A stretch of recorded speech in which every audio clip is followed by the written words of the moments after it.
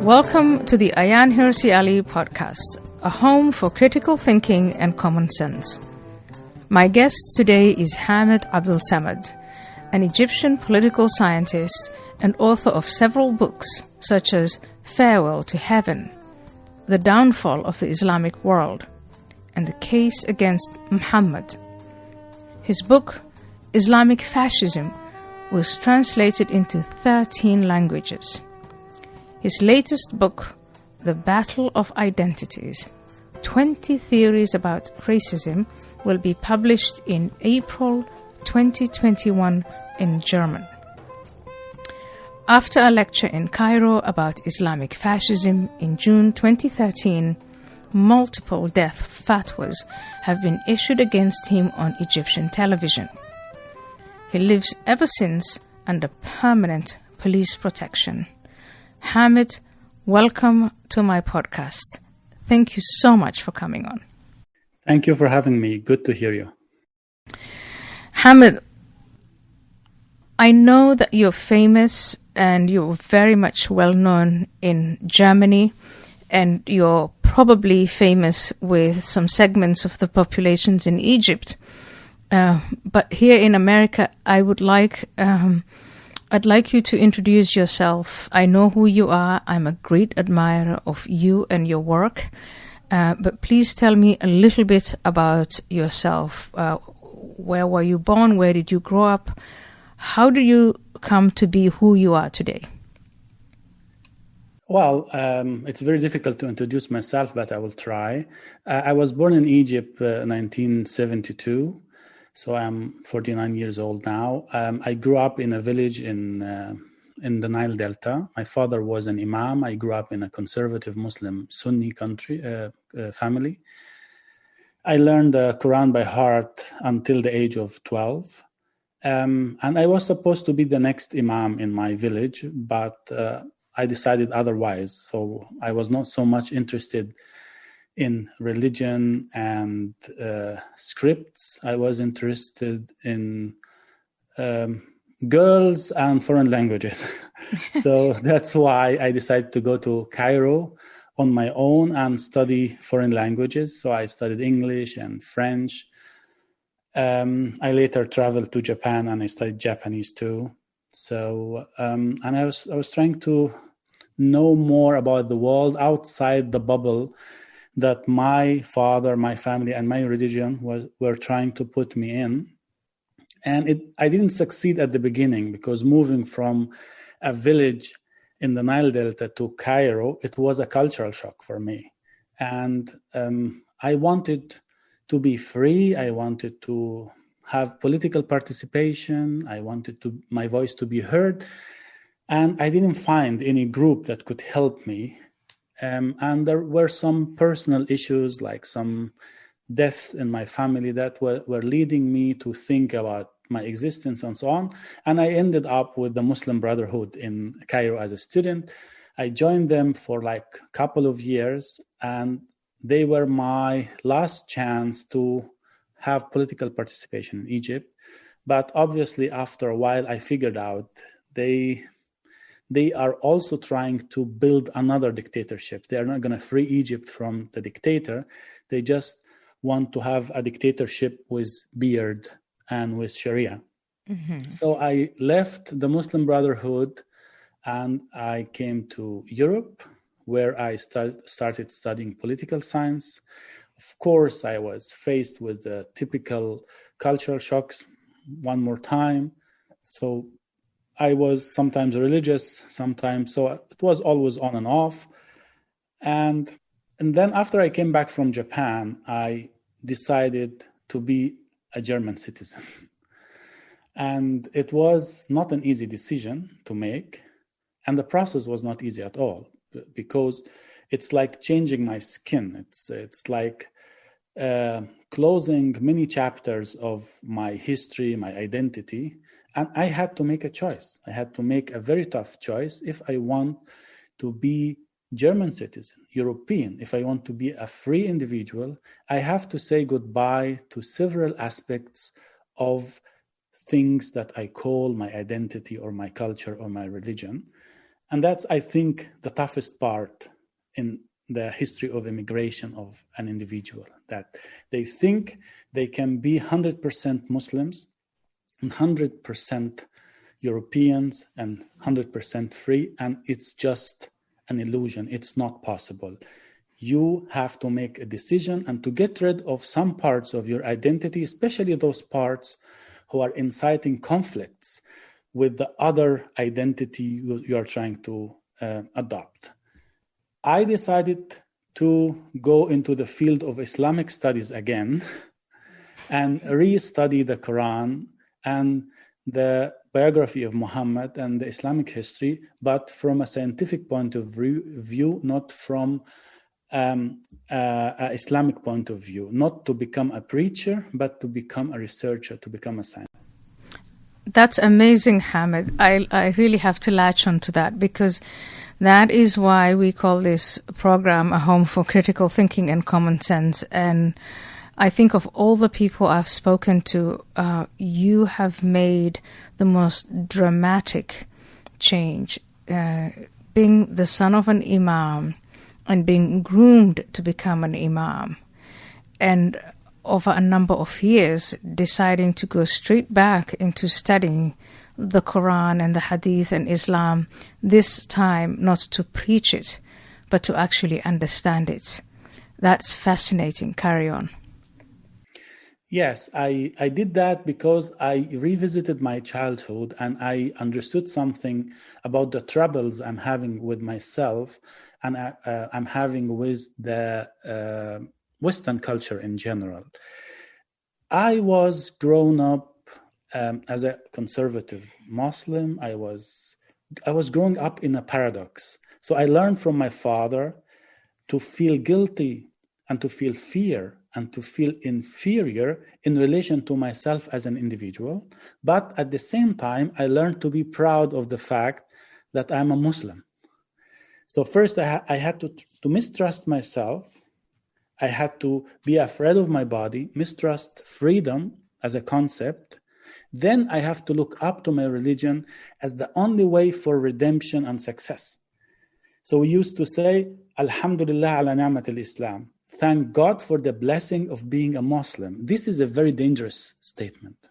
Mm-hmm. So the purpose of that is to feel that I'm nothing without my religion and have no right to have any, I cannot have any rights or any demands outside my religious rights. But as a Muslim, as a representative of Islam, I'm entitled to ask everything from every other person in the name of Islam. So this is a really serious paradox. And I believe this paradox is the source of this childish insecurity and childish entitlement that many Muslims, not all of them, have today, especially when they come to the West. They come with this paradox of self-despise, but cultural glorification. Hamed, we will get there. We'll get there, but I want to take it slowly, and we do have the time. Please take me back to 1972 when you leave the Nile Delta and you go to Cairo. And when you go to Cairo, you say you want to go and study abroad. You don't want to become an imam because you want. You lose interest in that profession or the future of that profession. You want to study abroad and you're interested in girls. When you go to Cairo in 1972, are the streets, the public space, is that different from the Nile Delta when it comes to how men and women interact and what they wear, where women go and don't go? Is there a difference that you can describe as vividly as you possibly can? So I was born in 1972, and I saw Cairo as a kid. I'm sorry. And I went to Cairo again as a student in 1989. Oh, 89. And of course, sorry. Yes, and then I came back later. And of course, I always noticed this gradual change. For example, my aunts, they were always wearing mini jibs. And no one ever commented on that. This is in Cairo. In Cairo. Yeah. Even my mother, she was born in Cairo, but she was living with us in the village. She was not wearing a headscarf. This was not a must. So first describe the scenes in the Nile Delta. What did it look like for girls and women in that part of Egypt? Well, there was a lot of personal freedom especially for women. Right. There was not so much political freedom in the time of Nasser or in the time of Sadat for anyone, but there was kind of personal freedom. So this social control was not so dominant like today.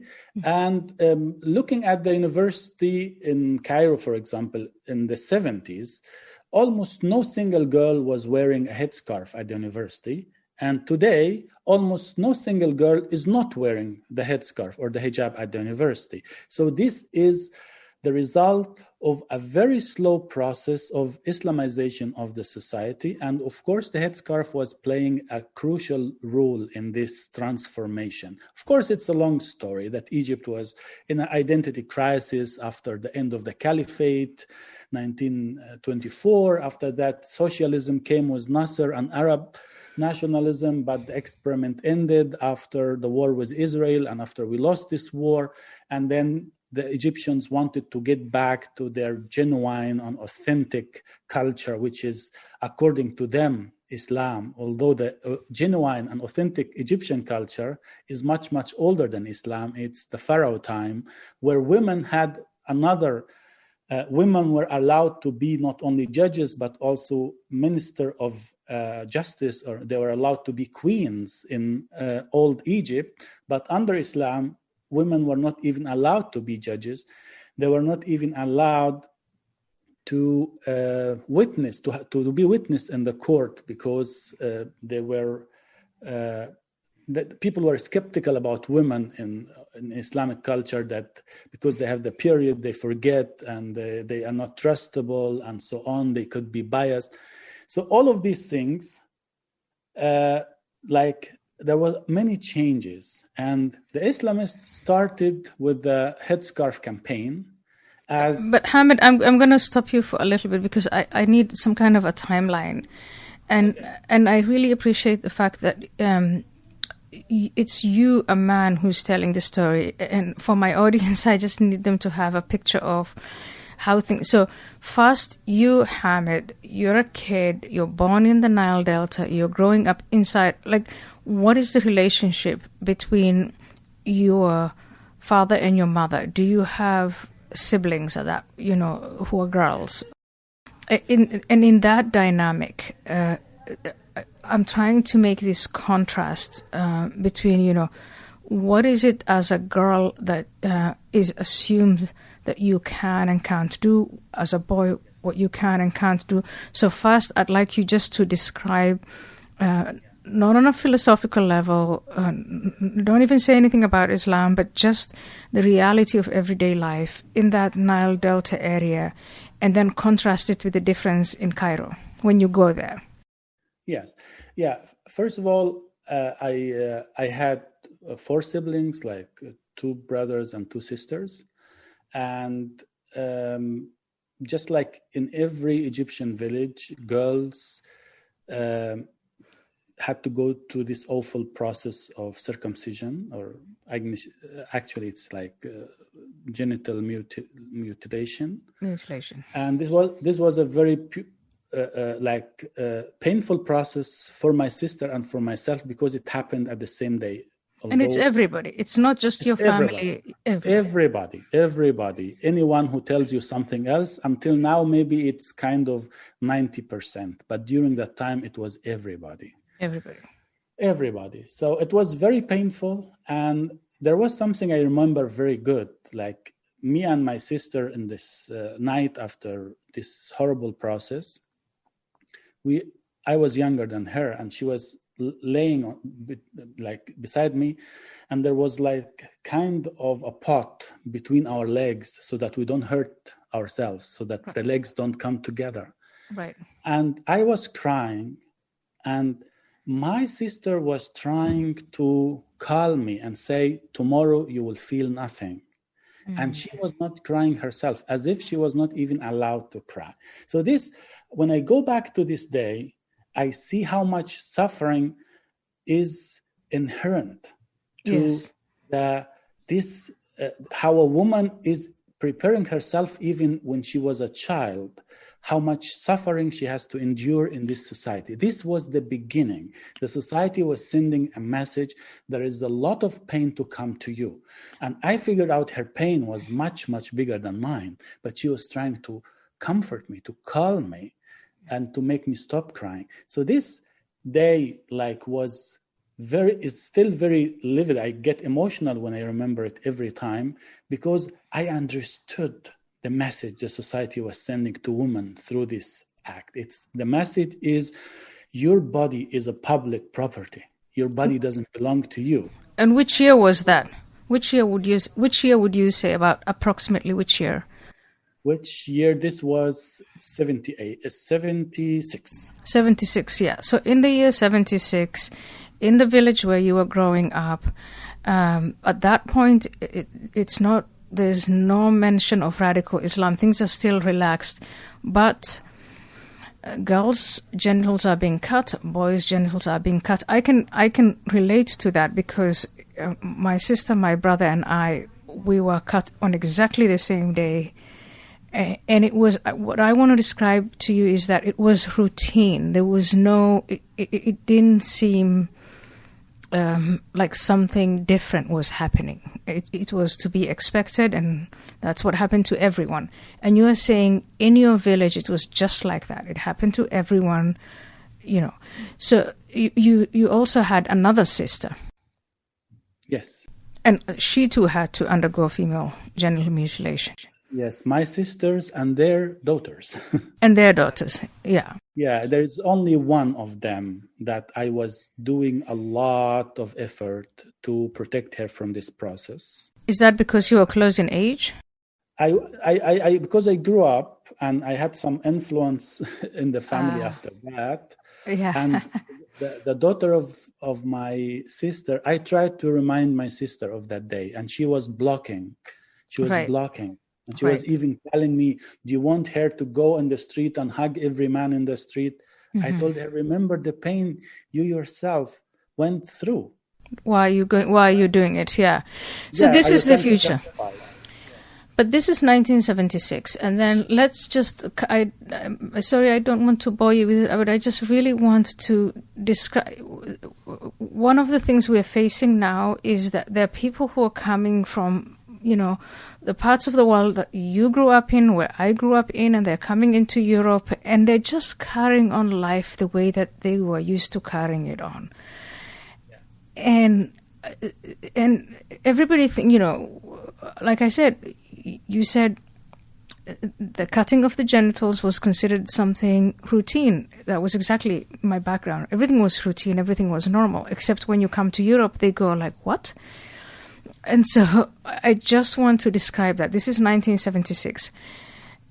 And as your sisters and you yourself and your brother, you get older, what are the street scenes like? Are girls just safe? Can they go out at night? Can they go out whenever they like? Can they go wherever they want? And this, I'm talking about the scenes in the Nile Delta, not Cairo. Yes. Well, the Nile Delta has always been conservative, but it was not so much Islamically influenced until the 70s and the 80s.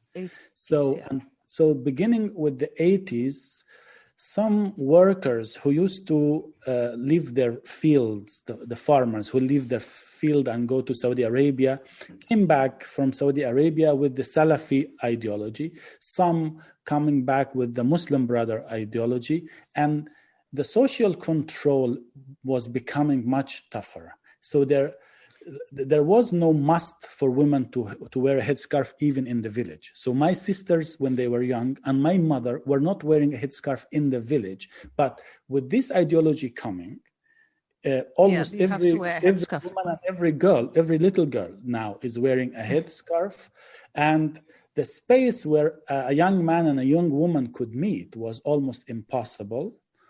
because the social control was becoming stronger by the nature of living in a village, but also now with this Islamistic ideology which is coming, and the space was always narrow for love, for affection, for anything. And I have experienced that. I never had the chance to have a love story as a teenager in the village, because it's impossible, because at the age of 13, the girl is going to be... so when I was at school and I liked a girl, we were just kids, and all of a sudden, she was becoming just like little breasts. So she was engaged by the teacher, our teacher. The teacher was like 27 and she was 13. And just like a year later, she's going to marry him and she will disappear forever. So there was no place for healthy relationship between a young man and a young woman. Everything was like set and had to go through the... But was that different? Was that different before the Muslim Brotherhood came along? Because you said, the Nile Delta was more conservative. When you use the word conservative, can you please elaborate? Did it mean that before the Islamists came, you could actually have boyfriends and girlfriends? And no, this was never the case. Only marriage. The only marriages, but at least there were some spaces where you could sit with a girl on the Nile and no one will freak out. But now, but beginning from the end of the 70s, it was becoming, to my bad luck, the time I started to become a teenager, it became impossible. Because there's so many eyes, so much social control, and so much fear, so much guilt, as I told you before, like I felt guilty towards my religion, towards my father, towards my God, towards the society. And I was afraid of my body. They were teaching us to be afraid of our body.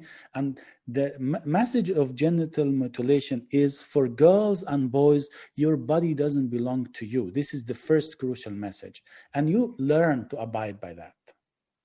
And then you go to Cairo. Is the situation in Cairo before the influence of the Brotherhood, is it as free as it is in Berlin and Paris, or how would you describe it?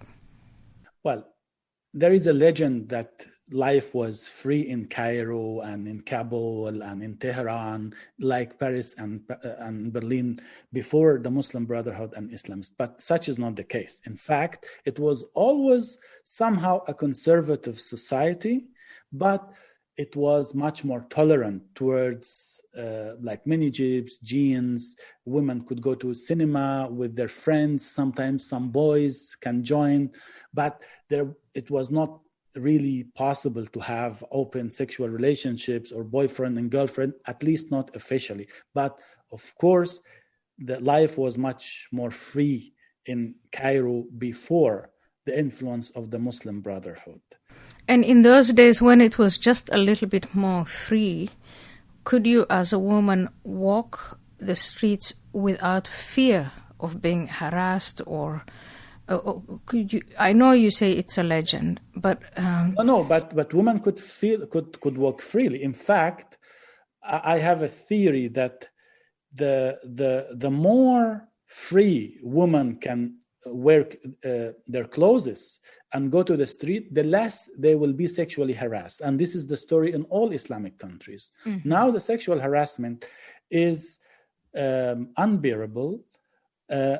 At the time that almost 90% of women are wearing the hijab or even the niqab. So the time that they were not wearing the hijab and the niqab, the time the Islamists were not controlling the streets and the mosques and the schools, women could walk freely on the street. But now, for a woman to walk in Cairo on the street, it's like hell. It's like being suffocated for 2 hours or 1 hour, how long she is walking. She's under a multiple siege. The eyes of the men, the testosterone of the men, the moral codes, the religious language, so the eyes and even the hands of the men. So this is now really not the best time for a woman to live in a country like Egypt. And why is that? Is it because the Islamists are actually saying, go out and harass, or is it because, why is it? No, I wouldn't say that. In fact, like the Islamic teaching is saying, don't even look at a woman. Right. They would exaggerate and say, when a woman leaves her seat in a bus, don't sit on her place while her body is still warming the seat, because this could sexually manipulate you. But Right. here begins also the role of Islam in sexual harassment. Islam doesn't say go and harass, but Islam is sending a message to a woman: if you will not wear Islamic clothing, then you are not welcome in the public space. And we will make the public space as narrow as possible for you, so that you will go back and wear the headscarf. And many women now are wearing the headscarf in Cairo and in many other Islamic cities, not because they are devout or religious, but because they are afraid of the harassment. So the message was very clear. Here, the public space is only open for men and for some devout women who are like wearing chador or niqab or hijab or something like that. The other side of it is, of course, whatever is forbidden is desired. So there was a story of this Egyptian poet who saw a woman under a chador, under niqab, in her window, and he fell in love with her without seeing her ever. Just he was trying to imagine her face and how she's smiling at him and everything. And he was coming every day and looking on the same spot, and she never looked at him. And at one day, somebody was coming from this house and was removing the niqab over her head, and she was not even a woman, she was not even a human being. She was a water bottle. So he was in love with something because it's hidden, because it's, so that's, I think that's the mechanism. When you are not leading a natural and healthy sexual life, when the relationship between the genders is so much under stress and tension, then harassment is increasing. Therefore, in the world ranking of sexual harassment, you will find countries like Afghanistan in the top, like Egypt, like Saudi Arabia, like India, where there is a very strong patriarchal culture and where women are not welcome so much in the public space. But then, Hamed, explain to me then why, when these men come from those environments where women are hidden from them, and it is the logic of what is forbidden is hugely attractive and you're obsessed on it, when they then come to Germany and France and Sweden and several of these European countries, and the women are not hidden from them, and they're not wearing chadors and hijabs, and they're going about their business. Why do then these very same men, and again, I insist, not all of them, but why do many of them engage in harassment and pretty much chase women out of the public space? Yes. Well, when young men leave this corset they were born in Islamic societies, when they leave the social control behind themselves, and when they come to the West, they look at women or any kind of display of femininity either as an attack on their religious value or as an open invitation for having sex. And many of these men look at a non-Muslim woman, and here comes the title of your book, as a prey, as something that they have the right to possess because they are not. That's what the Islamic armies were doing in the Middle Ages. They were raiding countries, Christian and Yazidi countries and so on, and they were taking the woman, and it was allowed for them to rape those women as a prey, as a spoil of war. So when you look at woman as a sexual object, as a spoil of war, then when you see her putting even perfume in the Islamic law is an invitation for adultery, for having sex. So this is also another aspect. The social control disappears, and the moral disorientation start to show up. They don't know what to do. And of course, like they have been living in deprivation for so long time. They want to now compensate themselves, and they consider not what they are doing was wrong, but what the women were doing is wrong, that they will go to a party in midnight, that they will put perfume, that they will wear sexy clothes. So the display of femininity is, they translate it as an invitation for sexuality, and they consider, I told you before, when a Muslim is praying, he's saying, thank God for the blessing of being a Muslim. Mm-hmm. That translates, those who are not Muslims are cursed by not being Muslims. Then I'm allowed to take their money, I'm allowed to take their women, and so on and so forth. So it's a lose-lose situation for the woman.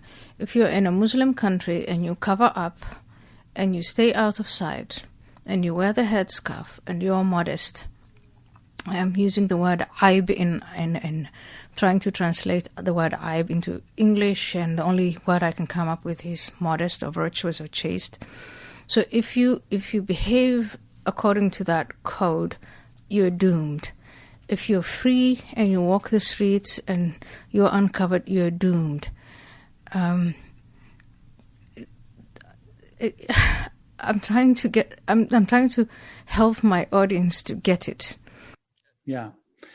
Well, in fact, there is this trick again, that women who are like accepting these codes and wearing the hijab or the niqab or whatever, they help themselves not to feel doomed by the Stockholm syndrome, that they will accept this hijacking as a blessing, and they will try to show empathy for those who hijacked them and force them to wear these things, and they feel blessed that they are Muslims, and they compensate this by looking down to non-Muslim women or other Muslim women who are not wearing the hijab or who are not modest or are not having this chastity. So it's very tricky, in fact, because the education from the very beginning is that they get the message very early, your body does not belong to you. They get the message very early, you are nothing without your religion. Mm-hmm. You are an orphan without your religion. And if you are not practicing your religion in the right way, you are lost. And everybody who is not Muslim or he is not practicing his religion in the right way is doomed. They are the real loser. They are not free. They are the slaves of their lust and their sins, and we are the only free one. And that's exactly one of the greatest achievement of the Islamistic ideology. Like many other ideologies, they still total surrender and submission as total freedom. That's the trick of this ideology. Yes, I'm very much familiar with it. But what is also interesting is when I was a little girl and my grandmother was raising me to be a good, modest girl and be aware of my aib, she would say, well, you shouldn't be where you shouldn't be. You should cover yourself, stay out of the way. If you got into trouble, it was always your fault. And that was... Now, my grandmother could not read, she couldn't write, so you couldn't, at that time we didn't have Islam and any kind of Islamist influence. We got it later in the mid-1980s. But this was before, I would say this is clan, tribe, in combination with a superficial understanding of Islam. You described to me the emotions that you felt as a young man. And in the world where you and I come from, men and women don't have conversations about their emotions. So girls will talk to other girls about their emotions. Guys, maybe, we don't know because we never interacted with them, maybe talked or didn't talk, we have no idea. But when you describe guilt and shame and fear and mistrust, that makes me feel a great deal of compassion and empathy for the young men now who are coming to Europe and finding themselves in the environment. Again, you describe the shock when you come to Europe. You're being asked to change your skin. You feel that you are completely out of place, and you work very, very, very hard to fit in, not only because you are not allowed to fit in, or maybe you feel you're not allowed, but it's really it's an exercise against your own self. Tell me what these young men are feeling, so that we can, and if we understand what they feel and what's going on in their various psychologies and sociologies, maybe we could help them be different. Yes, to be honest, I don't want time to get back. I don't want to be a young man coming to Europe right now. It's very tough for them because they are under pressure from so many sides. They're under pressure from their families that they left behind or that they brought with them, so that they will keep the religion and the relation to their country of origin. They're under pressure of the society here to integrate and adapt the values, and they cannot. There are two very conflicting value systems that exclude each other. So it's really nearly impossible. They come injected with guilt and mistrust towards themselves, but also despise and mistrust towards the West. Not all of them, but many of them. Right. And it's a heavy luggage to carry. This is a new situation in the history of immigration. Usually people immigrated into countries in the past that they were looking forward to, that they were admiring, that they were ready to be a part of. But now, in this situation of modern immigration, many young men, especially young men, come here with despise and fear from the country that they are, with the no slight readiness to adapt the values of this society. I was talking to a young man about this issue, who is a refugee.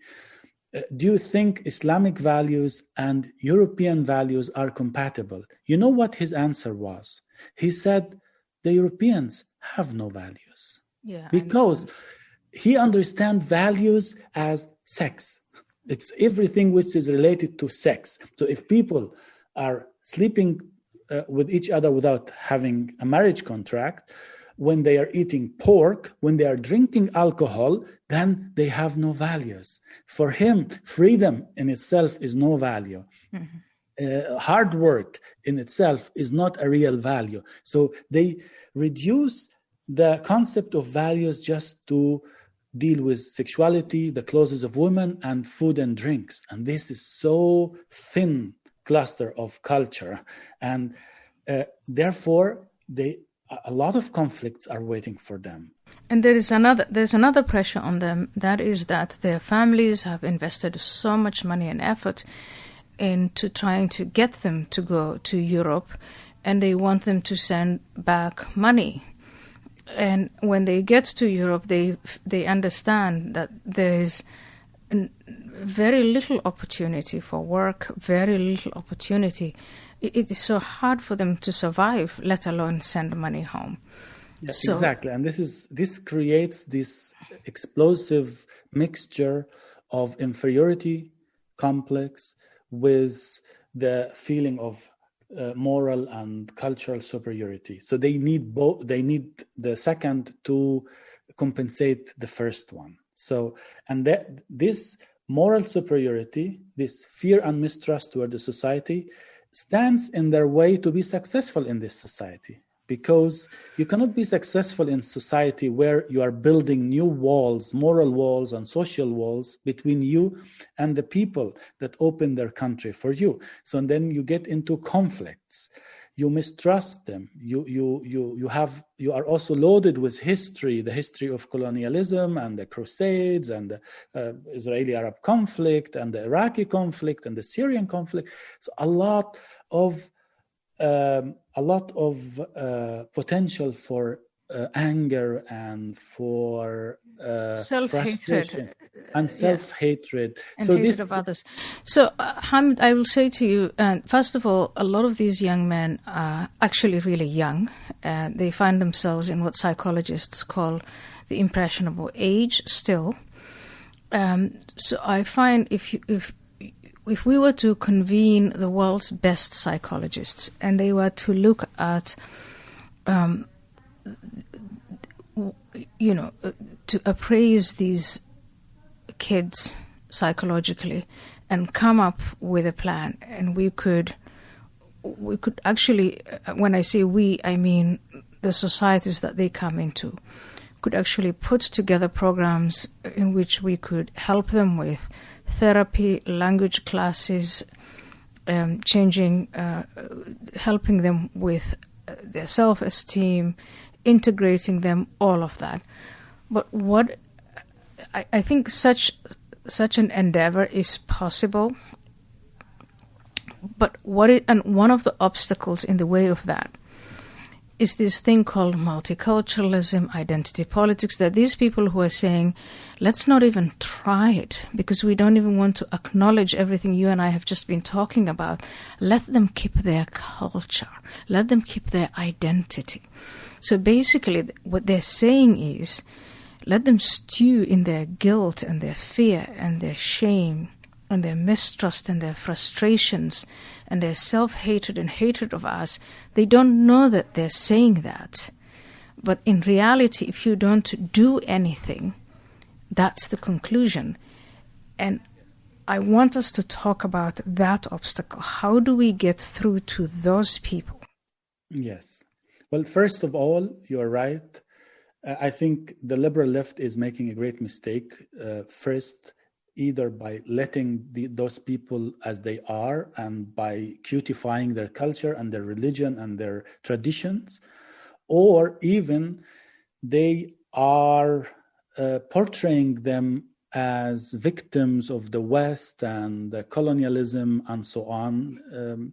So you are never helping someone like that by telling him you are perfect like this, or you are a victim of the West. He is already having a lot of mistrust towards the West. And they, in this vulnerable situation they are in, victimhood can be very attractive as a power position, as a privilege, because in the name of victimhood, they can post their demands. They can gain back this childish entitlement. A child doesn't have to do anything. He asks and asks and asks, and he doesn't want others to ask him to do anything. And it's time to help those young men and women grow up and take responsibility and take the initiative. I think the best thing we can offer those young men is freedom, to make freedom more attractive for them than the walls of their cultural prisons. If we can do that, then it's a great step, because nothing can grow and flourish in the continent of Europe or in the West without freedom. And it's the first basics of freedom is, one, I can decide what religion I have and I can leave this religion if I want. 2, my body belongs to me. 3, I can love anybody and marry anybody regardless of their culture or religious background. If these 3 things are excluded from the beginning, then they will never be free. They will never get rid of their inner conflict or the conflicts that they have with the Western society. Therefore, when I talk to young men like this, I tell them my story. I try to inspire them how I got rid of the bars, of the prisons, of my culture and of my religion. Not everything we inherited is cute and beautiful. It's worthy because we have memories with it, because we feel guilty towards our families, because we want to make up and we want to our families to be proud of us. But at the end of the day, it's a genetic and geographical coincidence that I was born in Egypt as a Muslim. If I was born in India, I would be something else. If I was born in Japan, I would be something else. So I'm telling you, these young people, first of all, I teach them to see the walls of their prisons that they were considering the palace of their identity. This is a great achievement if we can do that. And second, to make freedom more attractive to them than the speeches of Islamists and religious leaders and the walls of their prisons, and to meet them with empathy, not with mistrust, not with hatred, not with racism, and to help them retain their self-confidence as individuals, to discover their individuality, to listen to their real voices, not the voice of the imam and the father and the teacher and so on, and not the voice of the racist man who doesn't want to have them in Europe. All of these are more powerful.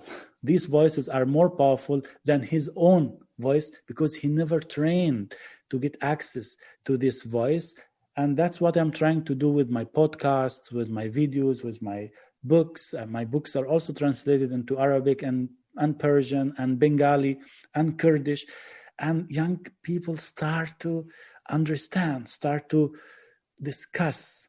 So it's not easy, but then we have to get rid of the racism of the lowered expectation. Right. The positive racism that says, let them. No, I am a universalist. I believe in the universality of human rights. Everybody has the same rights, but I expect from everybody the same duties.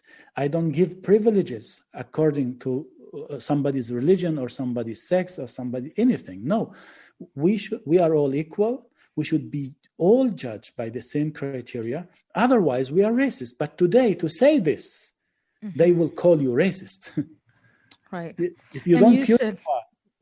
Yeah, these people are actually in the way of achieving that hard work of integrating these young men and stopping that anger and frustration from destroying not only themselves, but other people, like women. You said something about we need to help them grow up. And you said a lot about freedom. And I think one of the aspects of freedom that the West has achieved and Islamic societies are struggling with is this transition from childhood to adulthood, where in the West you're expected, and I know right now things are different, but for people our age, I'm 51 years old, it is in the West, there was this insistence that when you transition, you are going to assume responsibility and be held accountable as an individual. And that holding of, accountability is it doesn't only come from social control and from the environment, it has to come from inside. It has to come from within your own conscience. And if you want to become successful in the West, you have to make that transition. And it's a very hard transition. It's a very painful transition if you have to do it when you're already grown up. Again, I want to go back to what you said, empathy. We need to show these young men empathy and help them through this painful time. Because if we do it, we can stop them from rampaging in the streets and harassing women and, raping women and hurting women and making fools of themselves and ending up in prison and ending up as failures and causing so much violence and disruption. But we can also help them, which I really think is it's what a civilized human society does, is you don't take any pleasure in the suffering of other human beings.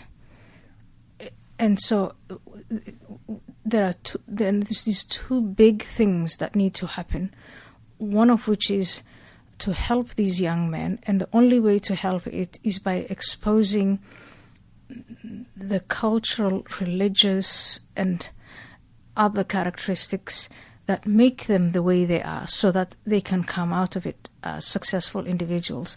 The other one is to stand up to this racism of low expectations, the identity politics, the cancel culture, multiculturalism, moral relativism. And I think that second challenge is going to be, for you and me, much harder. What do you think? It is much harder. It's very interesting because my work is becoming now very popular in the Arab world. So I was invited in the Lebanese TV. I was invited to have lectures in Tunisia and in Morocco, and I did. And the Moroccan newspaper were writing about me that I'm a figure of enlightenment in the Arab world. The Lebanese moderator was saying, I hope that there will be 1,000 Hamed Abdel-Samad in the Arab world, then it will change. But when I go back to Europe, in Germany, the liberal left is calling me Islamophobic. Yeah, and right. A lot of also privileged, educated young Muslims are going to that. They don't accept any slight criticism of Islam. In the Islamic world, people started to accept the criticism of Islam because they live close to the misery. They know what religion has done in the Islamic world. But in the West, they live in peace, they live in freedom, they live in welfare, and they can afford to cutify and glorify their culture without suffering because of this culture. On the contrary, with the liberal left, they have opportunities of having a good career as an anti-racism activist who is at the same time Muslim or people of color. But I have much more interesting conversations with Arab intellectuals about these issues. They're open for that. They accept that. And when I come back to Europe, I have to face these death threats and at the same time also the accusations of the liberal left that I am an Uncle Tom Muslim. And this is in fact a very racist expression, to call me like house slave or Uncle Tom Muslim, because the concept behind this accusation is I expect every Muslim of Muslim background to defend Islam. If he is not doing that, he is just trying to speak like his white master. This is very racist. That's the real racism. Right. They don't see me as an individual who can make other choices, who can get rid of this culture heritage or parts of this culture heritage. And when I talk to young Muslims, and there are many of them still in Europe who could listen to me, I try to show them the walls of the prisons that they have been injected in their childhood with guilt and uncertainty. I'm a person, I am a person. I came to Europe. Before I left to Europe, my father was telling me the Germans are cold-blooded and cold-blooded and cold-hearted, and they will smash you. You will not succeed in this country. My mother was scared of the neo-Nazis that they might kill me. So I came with their fears. I was carrying their fears with me. And the moment I was sitting in a tram in my first year in Germany, a racist guy came to me and was saying, "F***ing foreigners." I felt that I disappeared. I felt so scared, although I was much stronger than him. He was, in fact, a miserable human being, but I believed the narrative of my parents that I'm good for nothing without Islam, that I cannot survive in a non-Muslim society. So this is exactly how it's a very delicate work, how to show the presence of their culture without making them hating their culture or turning against it. And at the same time, showing them that those who are petting them, those who are trying to cutify their culture are not helping them at all. They look down to them. They think they are not as responsible as white men. They are not ready yet to take the burden of freedom or to act responsibly. But I believe in that every human being have the potential to be a free human being and to be a responsible human being. And it's a shame for every ideology that keep the potential of human being on the level of childhood. It's our task as intellectuals, as writers, to raise this consciousness of those people to the level of grown-ups and responsible grown-ups. And then encounters can be symmetric.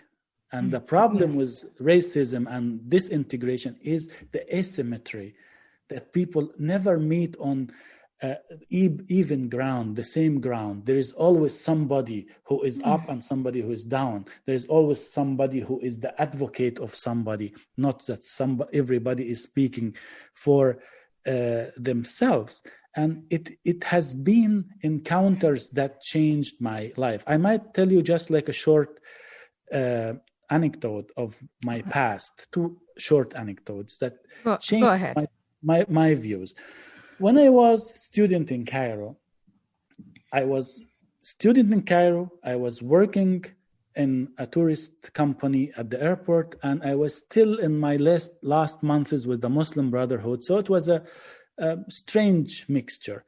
And I was selling a tour to an American guy who looked somehow Oriental. And after I sold the tour, he was very funny and he was very nice. And I liked him so much. So he was having the Arab music instrument oud. And he started playing with this oud. The melody, I knew it was a song of Kulthum, an Egyptian singer, but the language I couldn't understand. And after he finished, I asked him, what language was that? And he said, this is Hebrew. I was so surprised, but also shocked. I have never seen a Jew in my life before. And a nice Jew, this was not allowed to happen. a nice Jew who loves Egypt, who sings Egyptian songs, this is a catastrophe for me. I left my office and I asked my colleague who was Christian to finish this tour, and I couldn't stand it. And I was so sad at myself, and I was so angry with myself that I somehow it didn't feel right. There was some problem. And some years later, 2003, in fact, I was sitting with an Egyptian friend in like the background why I was hating Jews is clear. Like my father was fighting in this war against Israel. He lost his best friend there. He became a very angry man after that. And we all suffered from that. Because I love my father, I didn't want to make him responsible for this violence. I made the Jews responsible. They transformed him. Right. So, and then I came to Germany and I was studying and I was meeting a friend in Paris, and we were sitting, he was an Egyptian friend, and we were laughing in the Café de Flore in Paris. And we were laughing and we were speaking Egyptian, and all of a sudden a very old man looked at us and came closer and said, "Are you Egyptians?" And we said, "Yes." He said, "I'm also Egyptian." Aww. And he was sitting there and he started telling his story. And this man changed a lot in the way I was thinking about Jews. He was talking about Alexandria, how beautiful Alexandria is. His Egyptian dialect was very old, like the movies, black and white movies from the 40s, like a language that we don't talk today. But he conserved it, and he was delaying the news that he knew it might shock us. And then he said, "I am Egyptian Jew." And this should have been a very strong shock for me, but in fact it wasn't. Because I told him, keep talking. You are introducing an Egypt to me that I never seen. Mm-hmm. I was never allowed to see this Egypt. So he kept talking and he said that about his friends in Alexandria, that they were Muslims and everything was fine and they had a nice house. But then when Nasser came to power and the conflict with Israel was escalating, they dismissed us and we had to leave everything, even our houses. We didn't have a chance to say goodbye to our friends, and they have to leave Egypt. And in this moment, mm-hmm. that's what encounters are changing. That's how empathy can take place, to read the story from the other's point of view, to feel what they felt. We were angry as Arabs, as Muslims, that the Israelis were taking the houses of the Palestinians and they dismissed them. But who was actually angry that we dismissed or sent the Egyptian Jews to exile, the Iraqi Jews, the Iranian Jews, the Syrian Jews, the Lebanese Jews? They were a very important part of our culture. They enriched this culture. They loved this culture. They did a lot in the business of newspapers, book printing, theater, cinema, everything. Why are we angry about something, but we are not angry about something? And since this day, I got interested in the history of the Jews in the Arab world, and I was making research about that. And I, in fact, became an expert on this topic. And so this is how you change, by allowing symmetric encounters to take place, not by trying to protect a minority as if they are very special species that could extinct every time or any time. No, we are human beings. Let's talk freely. Let's have freedom of religion. I support the freedom of religion. Every Muslim or Jew or Christian should worship his or her God in the way they like. But freedom is one entity and cannot be divided. So if you are allowed to practice your religion, then I'm allowed to criticize your religion. Then I'm allowed to leave your religion. So this is a package. Right. If a girl is allowed to wear a headscarf, the same system should allow her sister to wear bikini and go and swim, if she chooses so. So you cannot just pick those little freedoms that will support your ideology or your belief system, but ignore the other sides of freedom when it comes to the others. So this is a society, an empathetic society that I dream of. Empathetic society that is not interested where I come from, but is interested where I want to go. And that is exactly it. Those people who are hiding behind such big phrases as multiculturalism and, moral relativism, you can keep your culture and all of that. Basically, the message is they want to advocate for you. They want to keep you in a state of childhood. And by keeping you in a state of childhood, they can feel grand and good about themselves. But you are in a state of childhood. I agree with you, and it's very wise. We have to have encounters of symmetry. Thank you so much for your wisdom. We've run out of time now, Hamed. But what I'd like to do is have another podcast where you only tell me anecdotes. And I'll tell you my anecdotes. And we'll have a lot of fun. And we are going to prove that regardless of our backgrounds, we're actually also capable of laughing. It's been a great journey for me ever since I threw off this, what you described as what was injected into us, which was the fear of the other, the fear of the other sex, the fear of those you don't know, the fear of the other clan tribe. Once I took that off, I developed relationships with other Muslims or former Muslims or reforming Muslims, Muslims on the fence, you name it. And I enjoy those conversations so much because I recognize so much of me and my family and my background in that. And what always ends up, just like we did today, is we just talk too much.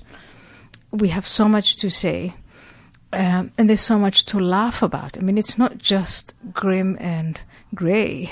There's also a great deal of lived experience. And when you have that, there's a great deal of laughter. But because we're going to be kicked out of the studio now, but I'd like to do this again with the anecdotes and maybe just a whole bunch of us. And let's have a laugh next time. With great pleasure. Thank you so much for all the work you do. Thank you so much for all the minds that you've changed. Thank you so much for all the empathy that you've shown to the young men in Egypt and Morocco and the Arab and other Islamic countries. And I think we have our work cut out for us when it comes to integrating these young men. Thank you again, Hamed, for your time. Thank you. It's been great pleasure, and we will repeat that, sure. Thank you for tuning into the Ayaan Hirsi Ali podcast. I hope you enjoyed this conversation with Hamed Abdel-Samad. To support this podcast, visit ayaanhirsiali.com. Thank you, and until next time.